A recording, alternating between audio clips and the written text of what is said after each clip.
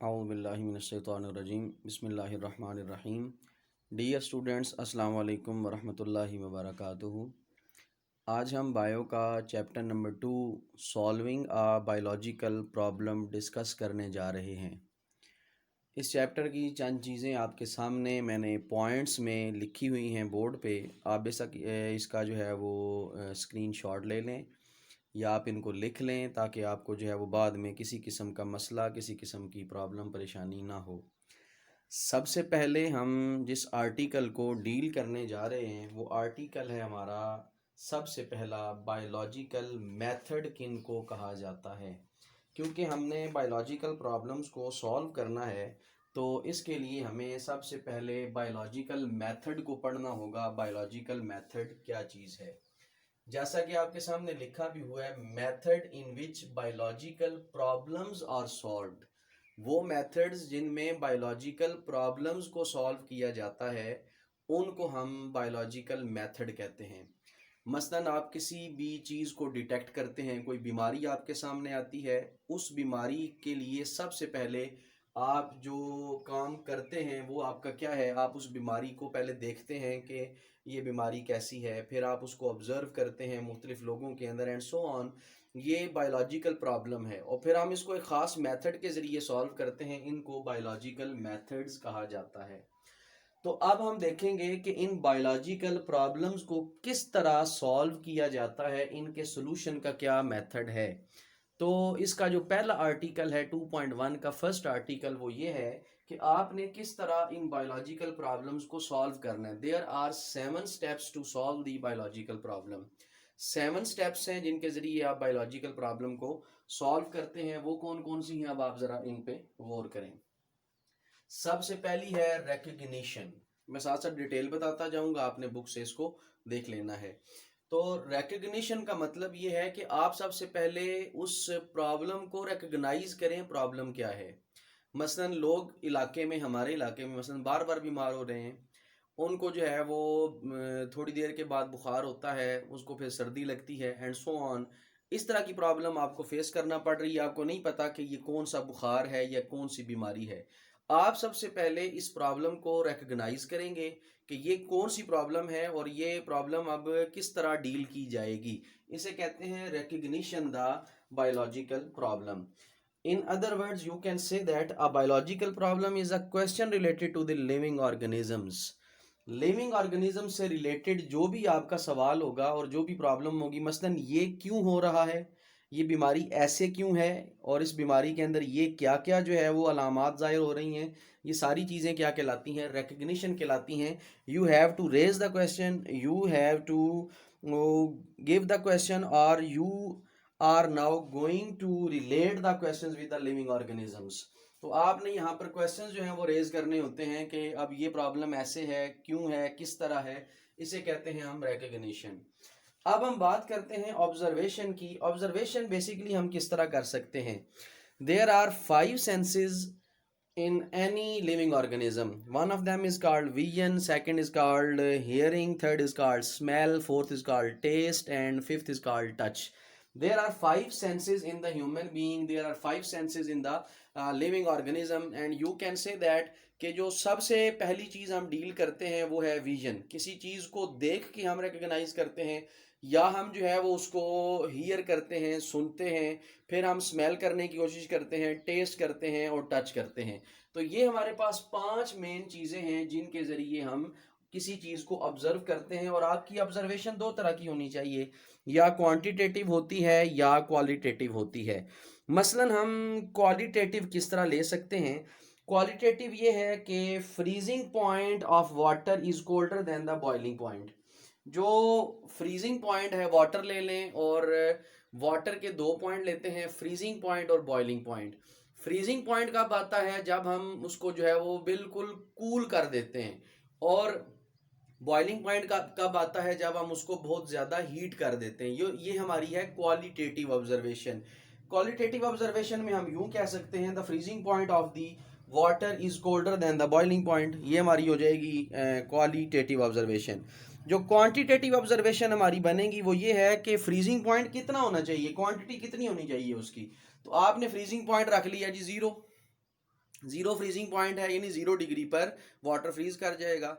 इसी तरह अगर आप जो है वो 100 डिग्री लेते हैं तो 100 डिग्री जो है उस पर क्या करता है, वाटर बॉयल करता है। हालांकि सिचुएशंस और इलाकों के तब्दील होने से, मसलन मैदानी इलाके हैं फिर पहाड़ी इलाके हैं, वहाँ पे बॉइलिंग पॉइंट का थोड़ा सा डिफरेंस ज़रूर आता है। सर्दियों गर्मियों में बॉइलिंग पॉइंट में थोड़ा बहुत जो है वो फ्लक्चुएशन ज़रूर होता है, लेकिन हम एक जनरल कह लेते हैं 0 पे ये फ्रीज करता है, 100 पे ये बॉयल करता है। That is called qualitative and quantitative analysis and qualitative and quantitative observation.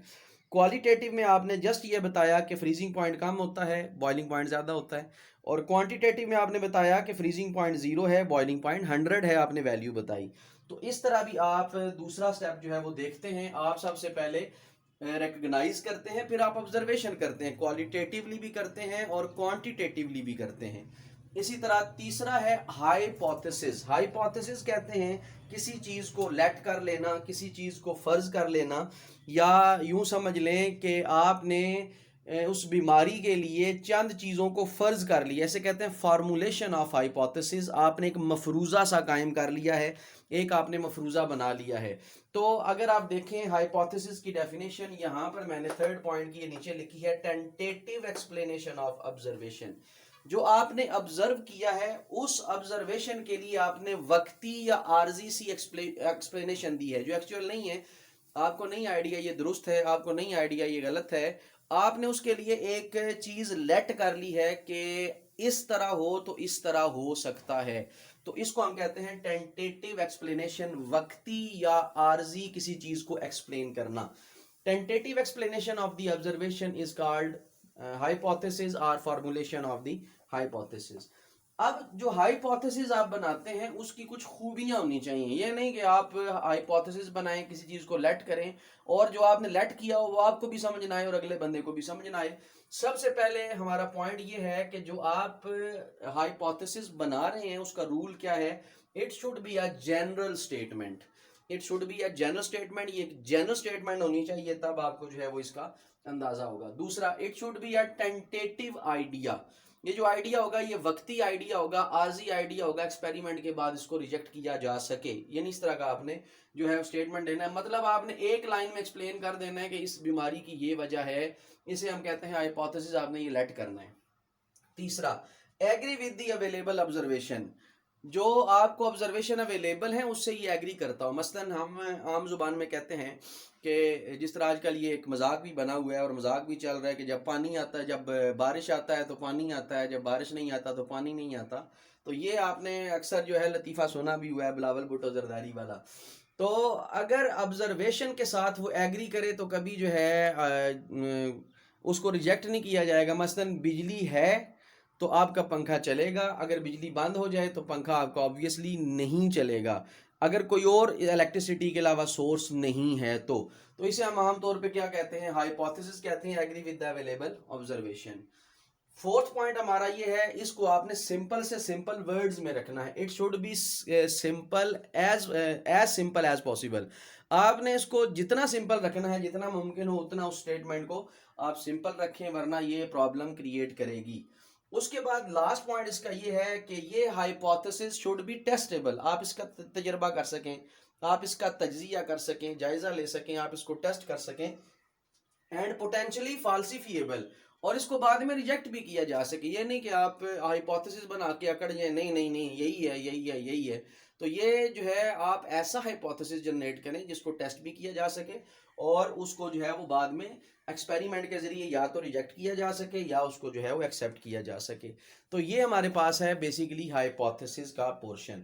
अब हम आते हैं डिडक्शन पर। डिडक्शन बेसिकली क्या है, logical consequences of the hypothesis. आपने एक सीक्वेंस बना लिया है और उस हाइपोथेसिस से चीजें डिड्यूस कर रहे हैं, निकाल रहे हैं। किस तरह हम इसमें क्या चीज लगती है या किस चीज को हम डील करते हैं, इसमें इफ एंड देन लॉजिक का इस्तेमाल किया जाता है। मगर मसलन क्या, अगर हम पढ़ेंगे तो पास होंगे, अगर हम पढ़ेंगे फिर पास होंगे। तो ये बेसिकली क्या है, इफ एंड देन लॉजिक। अगर इफ मतलब, इफ का मतलब होता है अगर, देन का मतलब होता है फिर। अगर हम पढ़ेंगे तो फिर पास होंगे, दैट इज कॉल्ड डिडक्शन। इसको हम क्या कहते हैं, डिडक्शन का जो है वो नाम देते हैं। Deduction are the logical consequences of the hypothesis For this purpose, a hypothesis is taken is true as expected results are drawn from that. आपने क्या किया, हाइपोथेसिस को ट्रू मानना है, आप ट्रू मान के चल रहे हैं, तभी आप एक्सपेरिमेंट करेंगे, तो फिर आप उससे जो भी रिजल्ट निकलेगा उस रिजल्ट को समराइज करने की कोशिश करेंगे। आगे है फिफ्थ पॉइंट आपका एक्सपेरिमेंट। आपने क्या करना है, the most basic step of the biological method is the experimentation.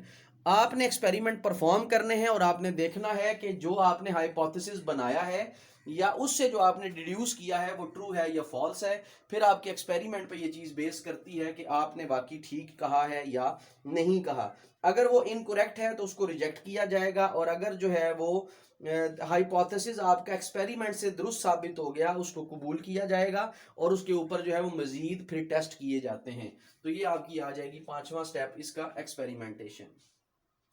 इसका सिक्स स्टेप ये है, आपने करना है समराइज द रिजल्ट। मसलन आपने एक हाइपोथेसिस बनाया कि अगर आप पढ़ेंगे फिर कामयाब होंगे, आपने हाइपोथेसिस बनाया, डिड्यूस भी किया, उस पर आपने तजर्बात किए, ठीक है, तजर्बा आपके सामने है, आप 8th तक पढ़ते आ रहे हैं, पढ़ेंगे तो पास होंगे, अदरवाइज आपके पास एक नकल का ऑप्शन मौजूद होता है, जो ज़िंदगी में किसी न किसी लम्हे किसी न किसी मरहले पर ख़त्म हो जाता है, और फिर आपके पास जो है वो कोई चॉइस कोई ऑप्शन जो है वो मौजूद नहीं होती। तो आप एक्सपेरिमेंट करते आ रहे हैं, पढ़ेंगे तो कामयाब होंगे। मुख्तलिफ लोगों को आपने ऑब्जर्व किया, जो नहीं पढ़ते आज देख लें उनकी क्या कंडीशन है। कोई सड़क पे किसी तरह आपको नजर आएगा, कोई किसी तरह नजर आएगा, कोई किसी तरह नजर आएगा। बेशक वो आपको अभी बहुत कामयाब लग रहे हों कि हमसे ज़्यादा कमा रहे हैं, या वो बहुत ज़्यादा को कामयाब हैं, बहुत बड़े बिजनेसमैन बन गए हैं, तो ये कामयाबी उनकी जो है वो आर्जी है। मिसाल के तौर पे अगर फिर दोबारा कोरोना आ जाता है तो उनकी ये सारी तरक्की जो है वो ज़मीन बोस हो जाएगी। तो उसमें काम आपकी क्या आएगी, सिर्फ पढ़ाई काम आनी है, और पढ़ाई के ज़रिए ही आप इन तमाम प्रॉब्लम से निकल सकते हैं। तो इसके लिए आपने एक्सपेरिमेंट जो है वो किया, अगर ये प्रूव हो जाता है तो फिर आप इस पर मजीद एक्सपेरिमेंट करते हैं ताकि आपका हाइपोथेसिस मजीद जो है किसी रिजल्ट की तरफ जाए। फिर आप उन तमाम डाटा को समराइज करते हैं। मसलन आपने 50 लोगों को ऑब्जर्व किया, आपने देखा कि 50 में से 40 लोगों ने पढ़ा कामयाब हुए, 10 ने नहीं पढ़ा वो फेल हो गए। आपने उस रिजल्ट को समराइज कर लिया, वो रिजल्ट समराइज हुआ, फिर आपने उस रिजल्ट को रिपोर्ट किया। उस रिजल्ट की रिपोर्ट की, मसलन आपने अपना रिजल्ट अनाउंस किया कि 40 लोग पास हो गए, 10 फेल हो गए, या 30 पास हो गए, 20 फेल हो गए, तो इसे कहते हैं रिपोर्टिंग दी रिजल्ट। तो ये जो आपने 7 मेथड पढ़े हैं, these are the methods to solve the biological problem. तो ये आपने जो है वो इसका फर्स्ट पोर्शन जो है वो पढ़ लिया। अब हमारे पास एक जनरल नॉलेज के लिए ये वाला पूरा एक पोर्शन है जिसे हम कहते हैं study of the malaria. Interesting है, आप इसको खुद से भी पढ़ेंगे आपको आइडिया हो जाएगा। तो आपने सबसे पहले ये देखना है कि मलेरिया को स्टडी करने के लिए उन्होंने क्या काम किया, किस तरह किया, क्या क्या किया जाता रहा। सबसे पहली और बुनियादी चीज़ ये थी कि उन्होंने एक डिजीज़ ली जिसमें chills and fevers with the recurring attacks, उसकी ये अलामात सी, बार बार बुखार होता था और जो है वो सर्दी लगती थी। तो ये चीज़ें जो हैं वो उन्होंने उसको नाम दिया कि ये किस तरह हो सकता है, ये बीमारी कैसे आ सकती है। उन्होंने सबसे पहले जो है इसको डिवाइड किया 2 पोर्शन में, माला एंड एरिया। माला और एरिया का मतलब, माला का मतलब बैड है और एरिया का मतलब एयर है, यानी बैड और एरिया का मतलब उन्होंने लिया एयर। मतलब ये वो बीमारी है जो बुरी हवा से लगती है जिसे हम मलेरिया कहते हैं। ये पहला और पुराना कॉन्सेप्ट था। किस तरह जो लोग मार्शी प्लेसेस में रहते हैं, मसलन जहाँ पे गंदगी ज़्यादा है, पानी हर वक्त खड़ा रहता है, और जहाँ पे छप्पड़ वगैरह बने हुए होते हैं, उनका कॉन्सेप्ट ये था कि मार्शी प्लेसेस से मलेरिया लगता है क्योंकि वहाँ की आबो हवा दुरुस्त नहीं होती। मसलन आप अपने करीब करीब के इलाके में देख लें, आप अपने जो है वो इर्द गिर्द के इलाके जो हैं वहाँ पर इस तरह की जो है वो प्रॉब्लम आपको फेस करना पड़ती है। स्टेजनेंट वाटर भी उन्होंने कहा कि मलेरिया का कॉज है। पानी अगर काफ़ी देर तक रुका रहे, स्टेजनेंट वाटर कहते हैं स्टिल वाटर को, रुके हुए पानी को, जिसके अंदर स्मेल भी हो, जिसके अंदर जो है वो बदबू भी हो, जिसे हम आम जुबान में छप्पड़ का पानी या आम जुबान में गंदा पानी कहते हैं, उसे स्टेजनेंट वाटर जो है वो कहा जाता है। उससे भी जो है वो मलेरिया फैलता था, इनका ये कॉन्सेप्ट था। अब क्या किया इन्होंने, कुछ वॉलंटियर्स जो हैं वो प्रिपेयर किए जिन्होंने अपने आप को खुद पेश किया इस तहकीक के लिए कि हम जो है वो इस पे तहकीक आपके साथ मिल के करवाएंगे। उन्होंने क्या किया, उन्होंने स्टेगनेंट वाटर मार्शी प्लेसेस से पानी लिया और पीना शुरू कर दिया, यानी गंदा पानी, छपड़े का पानी उन्होंने पिया। और आप देखें कि अनएक्सपेक्टेडली उनको मलेरिया नहीं हुआ। तो ये कॉन्सेप्ट एकदम बदल गया और उन्होंने कहा कि ये मार्शी प्लेसेस का जो भी प्रोसेस है या जो हम पानी पी रहे हैं उससे ये कभी भी मलेरिया नहीं फैलता। There is another cause to spread the malaria, इसका कोई और काज है जिससे मलेरिया फैल रहा है। उन्होंने फिर उस काज को तलाश करना शुरू किया। मेन प्रॉब्लम थी उनके लिए इलाज करना। उन्होंने क्या किया, जो ही अमेरिका डिस्कवर वगैरह हुआ, अमेरिका के अंदर कुछ दरख्त थे, उनके दरख्तों की छाल या छालिया जो होती है, जिसे हम बार्क कहते हैं, बार्क ऑफ द ट्री, जिसका नाम कुइना कुइना था, उन्होंने वो इस्तेमाल की। और जिनको मलेरिया था वो लोग जो है वो इससे शिफायाब हुए, वो तंदुरुस्त होना शुरू हुए। तो कुइना कुइना जो है वो इसका इलाज बनना शुरू हुआ। तो इसको जो है वो यूरोप की तरफ भेजा गया। फिर एक और जो है वो उन्होंने जो एक और बार को जो है वो इससे सब्सटीट्यूट किया, बदल दिया, वो था सिंकोना, ये ज़्यादा इफेक्टिव थी, एंड सो ऑन। ये चीज़ें जो हैं वो सारी इसी तरह चलती रहीं। फिर 1878 में एक साइंटिस्ट था लेवरन, उसने, ये एक आर्मी फिजिशियन था, लेवरन ने अपनी सर्च का आगाज किया कि मलेरिया का कॉज क्या है। उसने क्या किया, जो मलेरियल पेशेंट थे उनमें से ब्लड लिया। जब उसने ब्लड लिया तो उसको स्मॉल क्रिएचर्स ब्लड के अंदर नजर आई, टाइनी ऑर्गेनिज्म नजर आए। उसने कहा कि ये टाइनी ऑर्गेनिज्म ही इसका जो है वो काज है मलेरिया का। और रिसर्च होती रही, 2-3 साल के बाद काफ़ी साइंटिस्ट पे काम करते रहे, तब जाके उस स्मॉल क्रिएचर को प्लाज्मोडियम का नाम दिया गया। तो ये उसका नाम बाद में पड़ा जी, प्लाज्मोडियम। जो टाइनी क्रिएचर थी, ये लेवरन था जिसने 1878 में जो है वो इसको जो है वो चलाया। आप देख लें, आप उस वक्त जंग आज़ादी अपनी जो है वो लड़ रहे थे और आप इनसे मार खा रहे थे जब ये लोग अपनी तहकीक और अपनी तरक्की की तरफ जो है वो गामजन थे। उस वक्त भी हम मजहबी झगड़ों में थे, आज भी हम जो है वो मजहबी झगड़ों में उलझे हुए हैं। तो जिसकी वजह से हमारा इत्तेहाद जो है वो ख़त्म होता जा रहा है और हम देखें नाकामी की तरफ जा रहे हैं। उस वक्त ये लोग तहकीक कर रहे थे, उरूज पे थे, और उसकी वजह ये थी कि उन्होंने आपसी झगड़े छोड़कर एक चीज़ को फोकस किया है उन्होंने, तो वो देखें कामयाब भी रहे। फिर उसके बाद क्या आया, इंक्यूबेशन पीरियड। इंक्यूबेशन पीरियड किसको कहा जाता है, एक डेफिनेशन है, एक स्टेटमेंट बनाई गई। Incubation period basically it is the time of interest in the host and appearance of the symptoms. Incubation period ये है कि जो भी प्लाज्मोडियम है बॉडी के अंदर इंटर हुआ, इंटर होने से लेके उसके अपने सिम्टम्स को जाहिर करने तक का जो टाइम पीरियड है उसको हम इंक्यूबेशन पीरियड का जो है वो नाम देते हैं। तो ये बेसिकली डेफिनेशन बहुत इंपॉर्टेंट है कि इंक्यूबेशन पीरियड जो है वो किसको कहा जाता है। फिर ये सारा काम चलता रहा। उसके बाद एक साइंटिस्ट आया, AFA किंग। इसने आके 1883 में, ये 1883 के अंदर, ये भी फिजिशियन था, AFA किंग। इसने आके जो है वो 20 ऑब्जर्वेशन दी, जिनमें से चंद एक जो है वो यहाँ पे आपकी बुक में भी लिखी हुई हैं। सबसे पहले उसने क्या किया, जो है ये देखा कि people who slept outdoor were more likely to get the malaria than those who slept indoor. जो लोग बाहर सोते हैं उनको मलेरिया ज्यादा होता है, जो घरों में सोते हैं उनको मलेरिया नहीं होता। जो लोग बाहर थे उनको ज्यादा मलेरिया की शिकायत थी और जो लोग घरों के अंदर थे उनको मलेरिया की शिकायत कम थी। दूसरा, people who slept under the fine nets were less likely to get the malaria than those who did not such nets. जिन्होंने, जो बाहर लोग थे जिन्होंने अपने ऊपर नेट्स लगाए हुए थे, एक जाली सी लगाई थी और सोए थे, उनको मलेरिया नहीं हुआ। और जो जाली के बगैर सोए उनको मलेरिया जो है ज्यादा हुआ। तीसरा, उसकी तीसरी मेन ऑब्जर्वेशन ये थी, individual who slept near a smoky fire usually did not the get malaria. जो धुएं के करीब सोए, जिन्होंने धुआं अपने इर्द गिर्द जलाया और वो सो गए, यानी बाहर की बात की जा रही है, रूम की नहीं, बाहर खुली फिजा के अंदर जिन्होंने धुआं जलाया और धुआं होने के बावजूद अगर वो सोए, उनको मलेरिया नहीं हुआ। तो इसका मतलब ये हुआ कि कॉज कुछ और था, गंदा पानी नहीं था, मार्शी प्लेस नहीं थी, ये कॉज कुछ और था। तो उसने कहा कि Plasmodium should be present in the mosquitoes.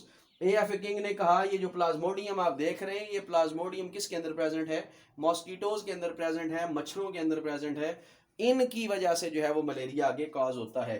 तो फिर इसने क्या किया, रोनाल्ड रॉस आया। रोनाल्ड रॉस ने एनोफ्लीज जो है वो मॉस्किटो लिया, मलेरियल पेशेंट को उसने जो है वो जो है ना उसको बाइट करवाया। जो मलेरिया उसने लिया था उसका जो उसने मॉस्किटो लिया था वो था एनोफ्लीज। एनोफ्लीज मॉस्किटो लेकर उसने बाइट करवाया मलेरियल पेशेंट को। फिर उसने एनोफ्लीज के स्टोमिक से जो है वो देखा तो उसके अंदर जो है वो प्लाज्मोडियम प्रेजेंट था। तो इसका मतलब ये हुआ कि प्लाज्मोडियम जो है वो मलेरिया से ही, इसके मच्छर ही से जो है वो फैलता है। फिर इसने क्या किया, इसने क्यूलेक्स जो है वो फीमेल मॉस्किटो लिया, स्पैरो को उसने बाइट करवाया और स्पैरो को जो है वो क्या किया, स्पैरो को जो है वो जब इसने बाइट करवाया, स्पैरो को बाइट करवाने के बाद जो है वो स्पैरो जो है वो बीमार हुई, उसको मलेरिया हो गया। तो इन्होंने ये रिजल्ट निकाला ये हमेशा फीमेल मॉस्किटो ही से जो है वो फैलता है। जब ये कॉन्सेप्ट इनका मुकम्मल हुआ तो उसके बाद फिर जो है वो कुछ थेरीज बनी, फिर उनके ऊपर जो है वो हमने लॉ और प्रिंसिपल को जो है वो डिस्कस किया।